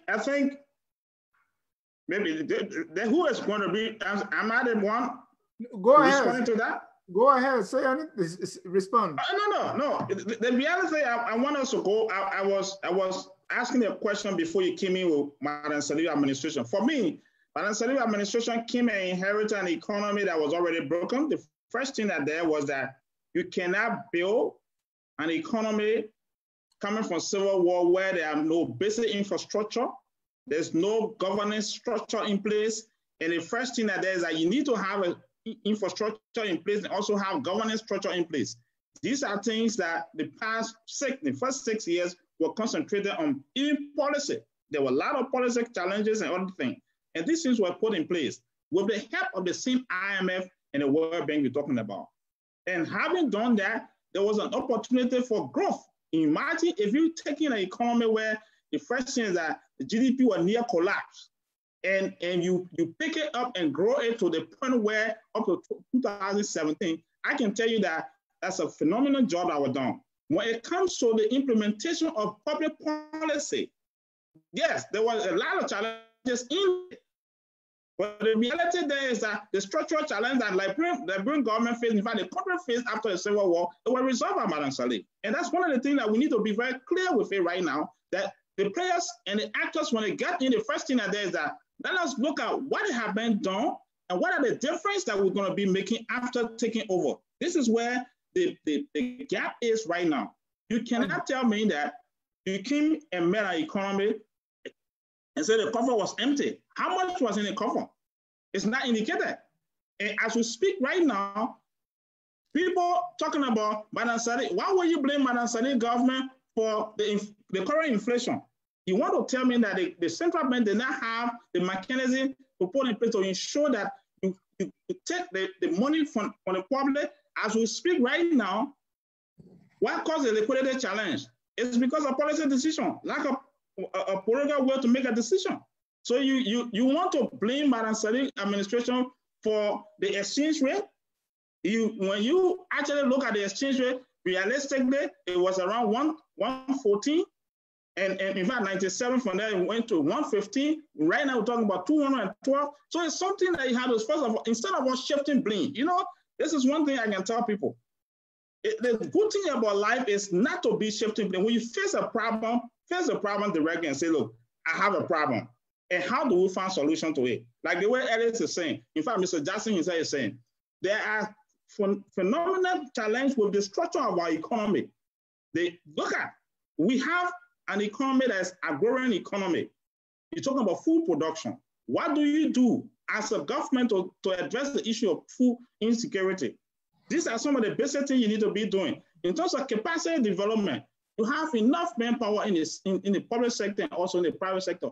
How do you attract the manpower to produce? Productivity is also a challenge. So, and definitely we're going to continue on this discussion next week. Can I basically just chime in if you don't mind? Yeah, chime in, because that you talking about the Ellen Sirleaf, in a very subtle way. Thank you very much. All right. Ellen and I are very close. Ellen and I were very close friends. We have a very strong lineage. You stop being close friends now since she left power? Or what? You say where? Because I've been extremely critical of the mess that she left us. Okay, let me explain what the mess she left. Okay, she left us a complete mess. Okay, here is what came into the country: almost $10 billion of OECD support, $4.5 billion. Okay, debt relief. We have no debt. Okay, what are the structural challenges infrastructure deficit, lack of a infrastructure deficit. Only 5.9% of the roads are paved, and only 10% of households have electricity, right? You can't build manufacturing, value added, and agro processing without fixing the infrastructure deficit. The other thing is education, technical vocational educational training, and also having a strong educational system in science, technology, engineering, and math. There's no other government since Tubman that had the peace, that had the stability, that had the support of the international system, and had the cooperation of all of us troublemakers like us, who were very silent during the Ellen administration. So Ellen could have addressed some of these major challenges, like, for example, she should have known that 17,000 troops providing significant amount in aggregate demand, they will be withdrawing. So she didn't. She made no plans for oil withdrawal. She made no plans to diversify economic output. You stay depending 12 years on 2 primary commodity exports. Okay. There's no value addition. And this is and Ellen concentrated mostly on the extractive industry with the low-hanging fruits. 66 out of 68 concession agreements were fraudulent. Okay, so this is the legacy. And then when they were leaving, Yamas will talk about this. The current central bank could have done something to reduce inflation. When you put okay, $18.151 billion into the money supply in 2016, you only have $10.83 Liberian in the money supply, and you added 18, it went to 29 billion, and 95% of that money is outside of the banking system. Understood. The tools to deal with that are very limited. All right, thank you. So that's where we are. We're going to continue next week. I want us to stop here. I will now go back, Mr. Dennis. Hold on. Let me ask for our final comments. So whatever you want to say now, you're going to just wrap it up in our final comments. We are so the jar on any government will remain like that and we'll go? We'll come back. I don't think that's right. We got to. If the jar is given, you started this. Get it? Yeah. No, gentlemen, gentlemen, please. I don't think the starting like what today is because of Ellen Johnson. I think. Hold on. Allow that jar to go. Dennis, you gotta stop muting people now. Okay, Mr. Zui, off and let me give you 30 seconds. Okay, you give me 30 seconds. The first thing I want to say to Mr. Jackson here is that the first thing there is that before you build every economy, the first thing that you need to look at the structural framework that you want to put in place. You inherited a system. It was good that you were quiet at the time and you were listening to it and you see the system. The first thing that was put in place was a governance structure. And after putting governance structure, the next phase was what infrastructure. And you'll see that in fact, the current finance minister, including you, who all did an assessment. Madam Sali administration was the only administration since the fund of Liberia built the largest number of infrastructure, in fact, raw in the country. So you can't tell me that she didn't do anything. What is very clear about this central bank issue here, I want to make it clear. Let me make it clear. The central bank, the money that was actually printed, it was not authorized. We know that. But when the money came, the central bank has the authority to allow the money to go out or not. If you infuse the money in the system, the money was brought in the country. If you see, they were not infused. But where did the money go? It is not from Madam Sali administration. It is from the authority of the central bank that were in charge, and even up to now. So you need to be in a position to control the money supply. You have the money printed, it's with you.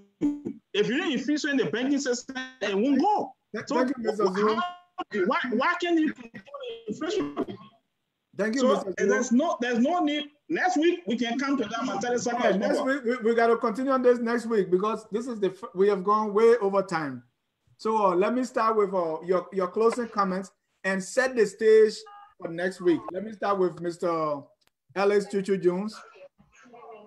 Okay, So let me close on this. The problem here, I don't think it's with the political system. It's with the economic management. Whether Salif or Johnson or any of the previous government, in America we have Trump. He's the most hated president in America history, the most controversial. Why do we have growth? Why do we have economic prosperity? Why do we have low unemployment?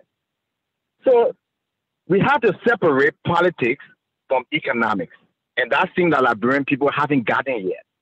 Eddie Salif was a very good political leader, a horrible financial and economic manager. George Weah may be a very good political leader, but again, a disastrous economic and financial manager. Why? His selection of people to manage the economy.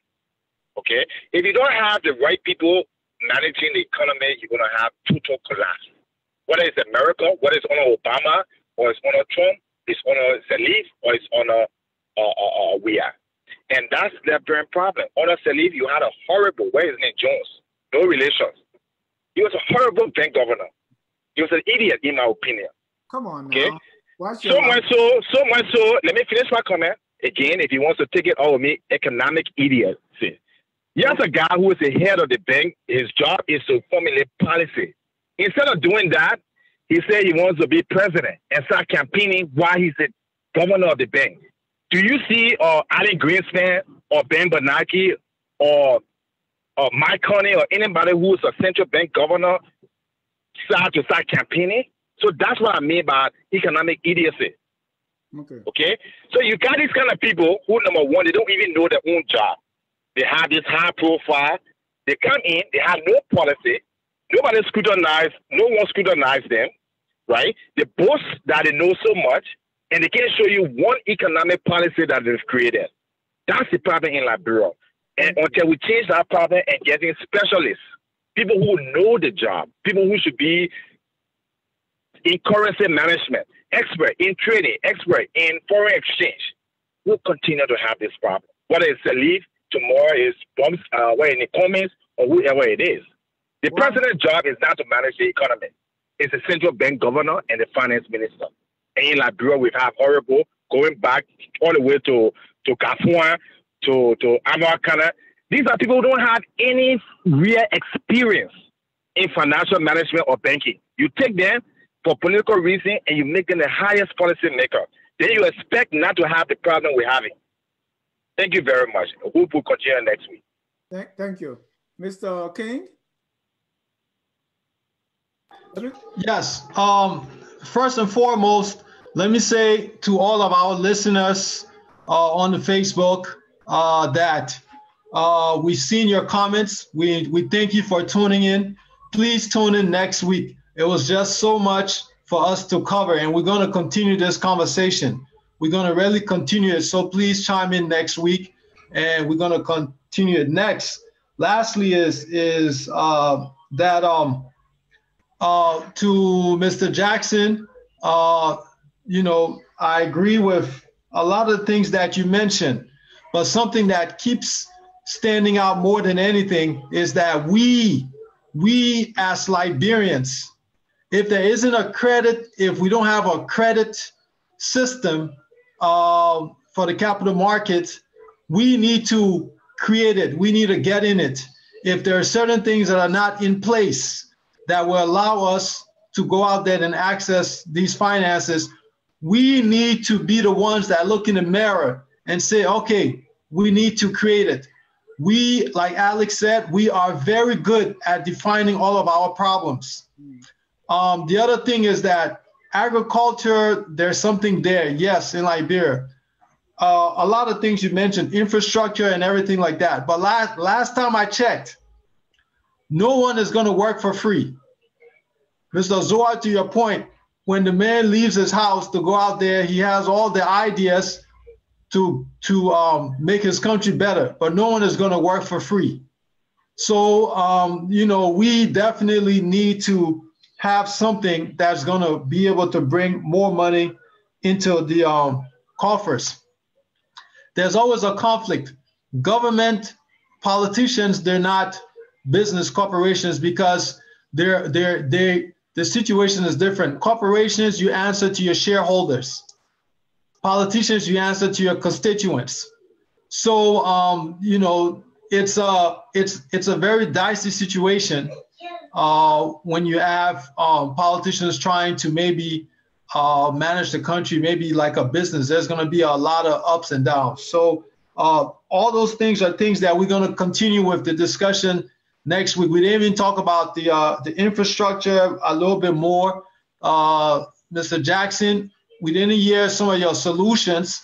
You're very good at giving us the whole overall picture of what our problem is, but we want to come back and we want to talk about solutions, where we are and how can we move this thing forward. Lastly, in my closing lastly, I want to show this right here for our viewers and everything. This country,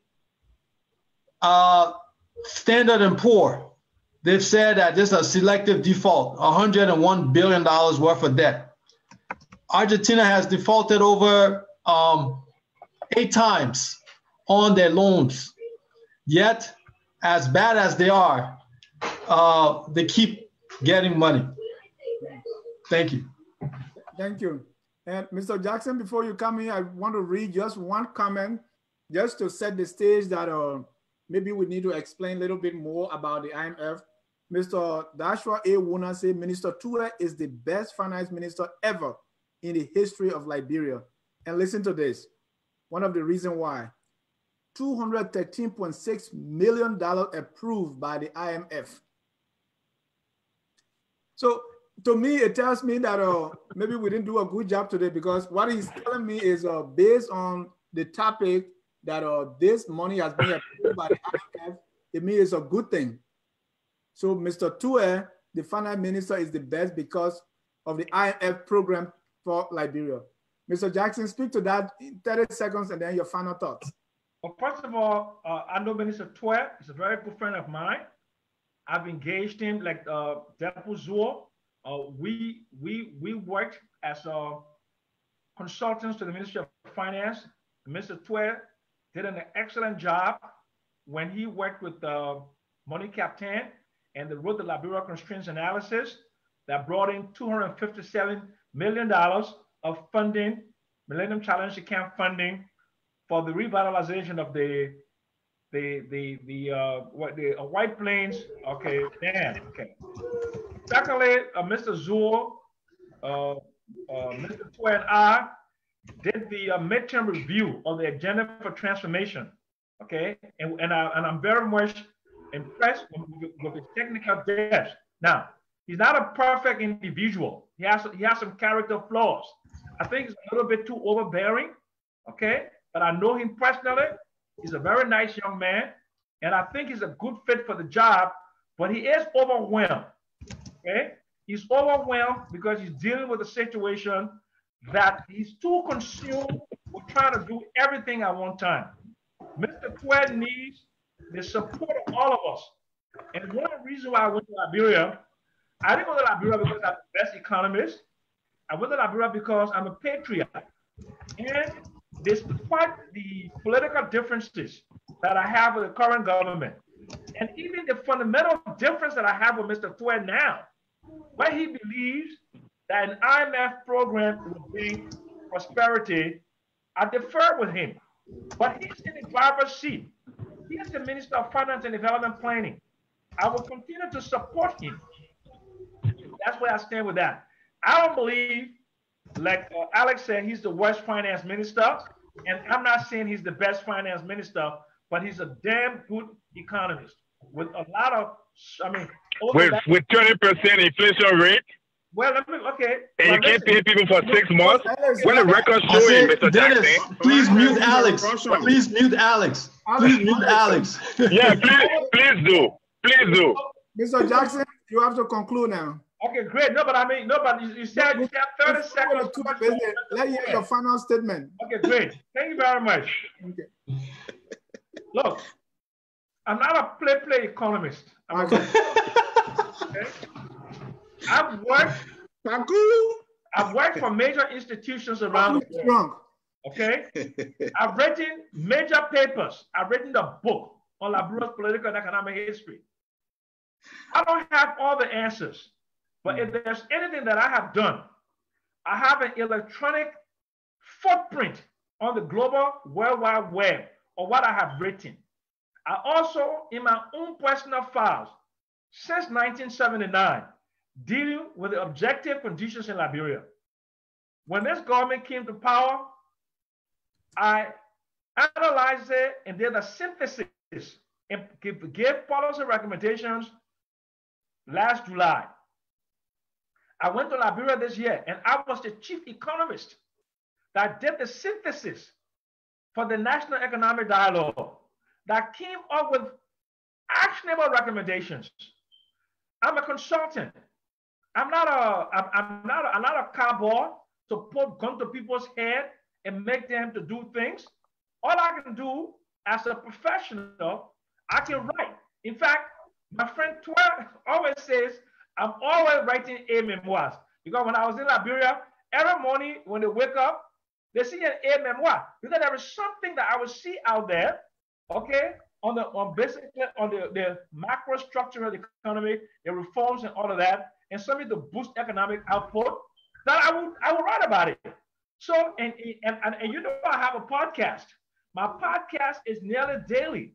And when you come on my podcast, all you hear are actionable policy recommendations because I come from Wall Street.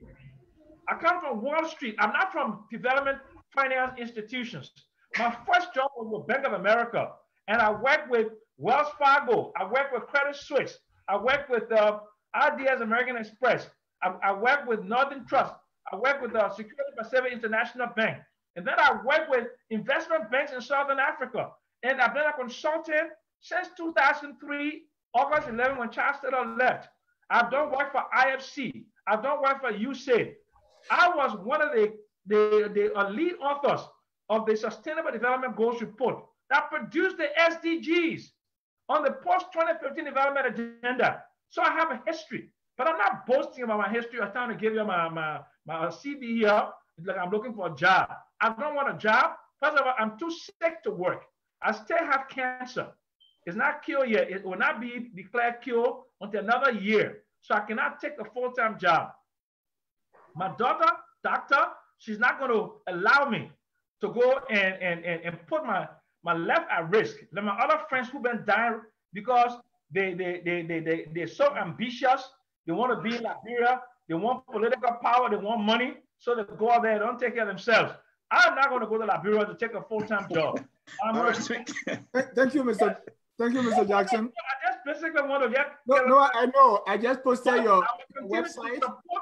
I will continue to support the pro agenda. I will continue to support my friends in the government and whatever that we can do. Alex, all of us, we need to support them. We don't. I am not helping this naive government. This government that does not have the capacity to do that. Simon, listen, let me finish. Let me listen to me. The man said his speech had enough time. Okay, he said his speech had his time. He's right to support anybody. Hey, friends, I am not going to do it. I'm only going to support what I see as people who have the ability. Myself work at Bank of New York, Citibank, JP Morgan. I can go down the list. I work on Wall Street, just like Mr. Jackson. And what I'm seeing here is Liberia is not about your friend or who you like or your party. Managing our economy is about you can do the job or you cannot do the job. If you have an economy in Africa where the inflation is the highest, one of the highest in Africa, unemployment is one of the highest, there's no growth, then you tell me that the person who's managing that is one of the best? I don't know, your brain needs to be checked. Because nobody in the world, if you work for Bank of America branch, you'll be fired if you're assigned to it. If I did that kind of performance at my job, I will be fired in 2 weeks, okay?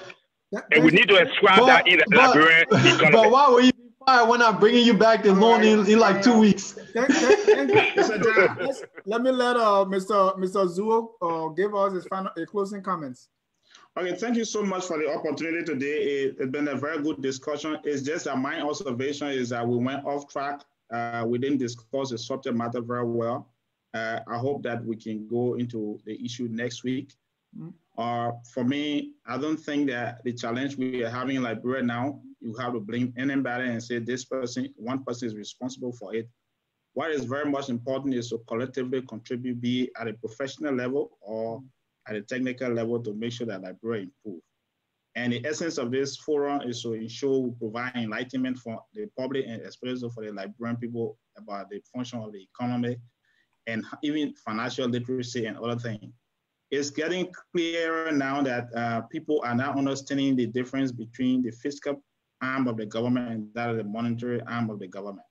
What I said today is not that IMF program is one of the best, but IMF program now is a rescue program for Liberia from where we find ourselves.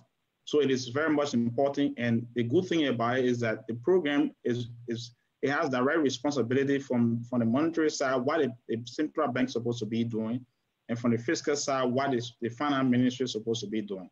So it's important that the actors, I'm glad they appointed a new central bank governor. I hope that they meet the requirement to be confirmed. But there's still a strong team member on the team central bank that can go back to status quo. It is important to encourage the government to encourage the central bank independence to be an independent firm and not to have interference. That's my first advice to to President Weah administration before we could do the proper agenda. If you have the central bank to have its independence, one good thing that's going to be clear there is that the private sector, the financial sector will be very strong, and you won't be in the position to be striving in terms of employment for the private sector. I mean, employment in government. The last point here, again, is that Liberia has reached another level where we have gone to the IMF program, but it is important for us to take into consideration productivity in government. Mr. President, we need to be very careful in as much as it's good to accommodate people, it's also good to look at output. You can find a friend who can work for you in the private sector, run your company and do other things. But what is very much important, when there's low productivity in the public sector, it affects the entire economy. You know, so when you put a relative or a friend, a private friend, when the friend breaks down, it doesn't affect the country. But when you put a friend, a relative in the public sector, it affects the entire country. So we got to learn lessons from the past government and learn lessons from even current situation that we're having so that we can make a best decision for the country. Thank you. Amen. Thank you so much. And I too enjoyed the discussion. I don't think we went off track. We were just full of zest.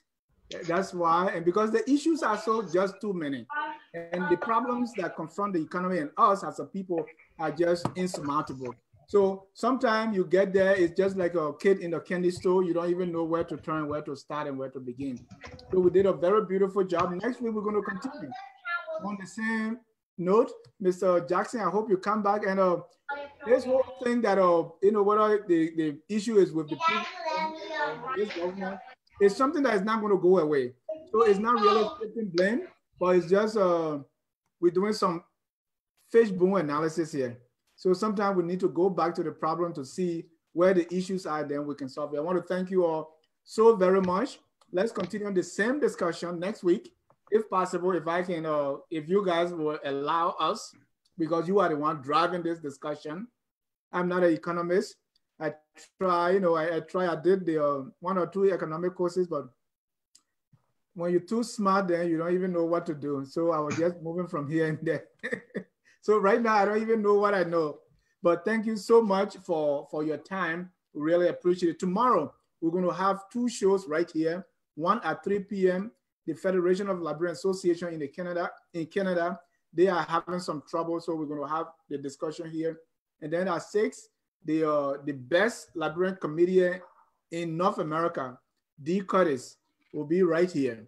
So I want all of you to tune in. We want to thank all our viewers. I'm sorry we're not able to read your comments. Well, please come back next week. We're going to go into that. We're going to have more open discussion. Until then, my name is Dennis Jai, wishing you good night. Thank you very much.